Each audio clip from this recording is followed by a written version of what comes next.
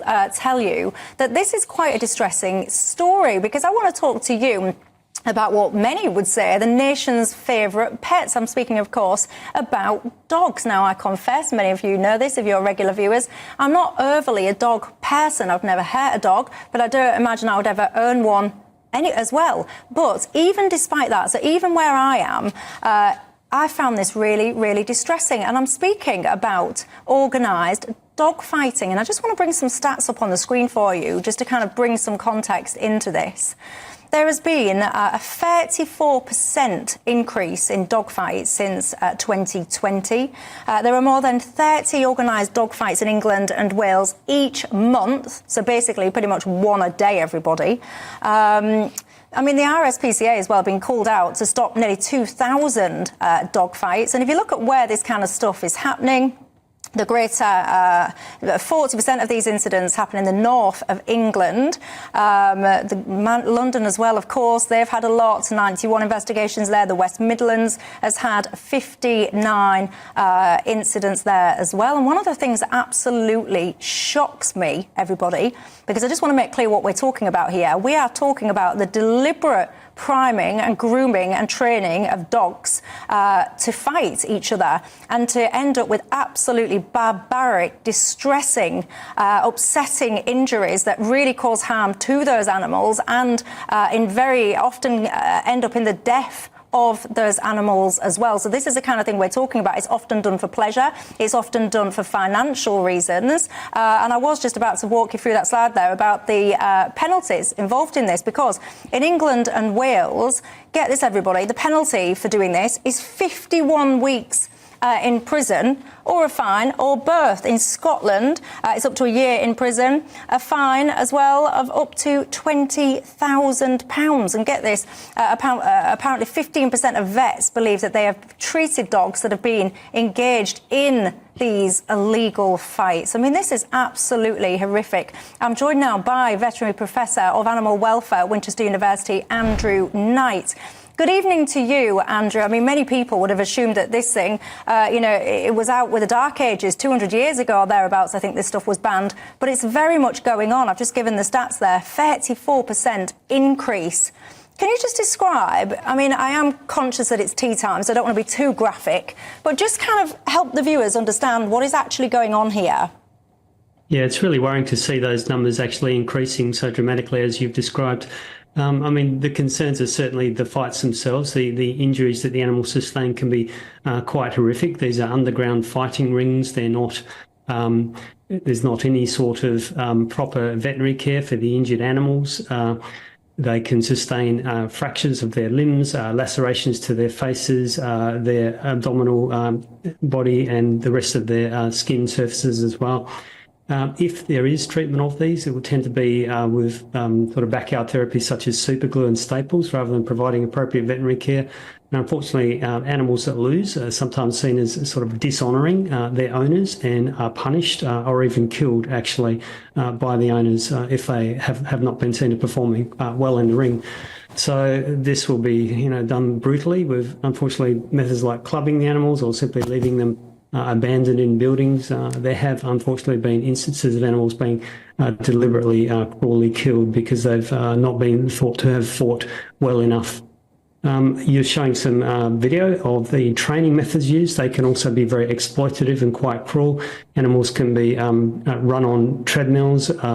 They might be baited with small animals like kittens ahead of them. Sometimes these are placed on lures as well to try to strengthen the jumping muscles of the hind legs, encourage the dogs to lunge forward. Sometimes they need to pull heavy weights as well. So pretty brutal training methods without any sort of normal care that our pet dogs would enjoy. And also without the socialisation, the learning to become confident, happy and well-behaved with other dogs and people and become good companions. These animals don't get that. They're raised in a pretty brutal environment. They're subjected to the most horrible, cruel fights. And if they do survive those, their injuries are not properly treated. So this is pretty barbaric. It's absolutely horrendous. What do we know about the kind of breeds that are involved in this stuff? They tend to be pit bulls, pit bull terrier type breeds. These dogs with short, stocky legs, strong chest muscles, strong, thick necks. And it used to be the case that many of them would also be ear cropped and tail docked. That's illegal now in the United Kingdom, thankfully, but these are the dogs that were historically chosen for fighting and have been bred over many generations to have those sorts of characteristics. And just help my viewers understand, because I was reading today about actually if you see a dog with certain telltale signs, or if you see certain things, then this might indicate that that's a dog that's been involved in these kind of practices, and you can flag it to the RSPCA, etc. What should people be looking out for? I mean, an obvious thing will be injuries, and as a veterinarian in small animal practice, you know, I was working in that field for about 10 years before becoming a veterinary researcher, and you would sometimes see animals coming in with injuries that weren't consistent with the stories that we were given about how those injuries might have been obtained, or wounds that don't seem to have been properly treated, or might have been older than they should be when they come in. So I think an obvious thing is to be looking out for injuries and any general mistreatment of animals. The general public won't see most of this because it does occur sort of out of sight and out of mind of the general public in industrial areas, waste ground, areas that are hidden generally from the public eye. Absolutely disgusting. Andrew Knight, thank you very much for enlightening our viewers to what is actually going on. There's a documentary about this actually next Thursday. It's Channel 4, and it kind of goes behind the scenes. I think that sounds awful, but you know what I mean. It kind of gets involved with some of these people that are training these dogs. It is one of the most upsetting things, Kelvin, that I've ever seen. And I say that as someone, I would never hurt a dog. I wouldn't probably own one though either. And even, you know, for me, I'm not the biggest dog lover in the land, but it really upset me. It is so barbaric. And when I was listening to these people that are involved, they're kind of saying, well, you know, this is what they're bred for. This is what they do. This is... Yeah, but these people who are involved in this are criminals, major criminals. They seem to be making lots of money. I'd be fascinated to know, not that I'm going to speculate on air, which community that they come from, where they think that they just go onto a spare piece of land and conduct this major criminal act. I agree with your thought process that less than a year in prison doesn't seem much for what is a very lucrative and leading to a dog. Almost certainly one or the other of them losing their life. Both of them may die. The other issue that you face with all this is there is so much crime about now. Is how many people in our country have to be police officers in order to police everything that appears to be currently, we're in a very pessimistic period of time in the UK right now, in order to capture these people, but everything else that seems to be going on in our nation right now. But isn't that just being a responsible citizen, though, keeping your eyes and your ears peeled for wrongdoing? And actually, if everyone works as a collective to try and identify stuff, isn't that more likely to stop bad stuff continuing? But with these people prepared to do it on spare pieces of land in the middle of nowhere, or actually, strangely enough, I read here in this piece, is on council estates. I mean, surely anybody who lives on a council estate will then know what's going on. You know the reason they don't report it? For the very good reason these people are major criminals, and I hesitate to think what they might do to anybody who went to the police. Kerry, what do you think? Well, I don't think you have to be an animal rights activist to think this is barbaric and was rightly outlawed along with bear baiting 200 years ago. I mean, it's quite medieval. Yeah. I am shocked that the fines are so low, and obviously 20,000 is nothing if you're going to make 100 grand out of a fight a day. I do think it's probably a pretty rare practice. You know, one a day is really bad, but I don't think... You know, I think 99.9% of British people find it appalling. But hold on, so they know of, so in England and Wales, they know of 30 a month, i.e. one a day. That's what they know of. And you think that's pretty rare?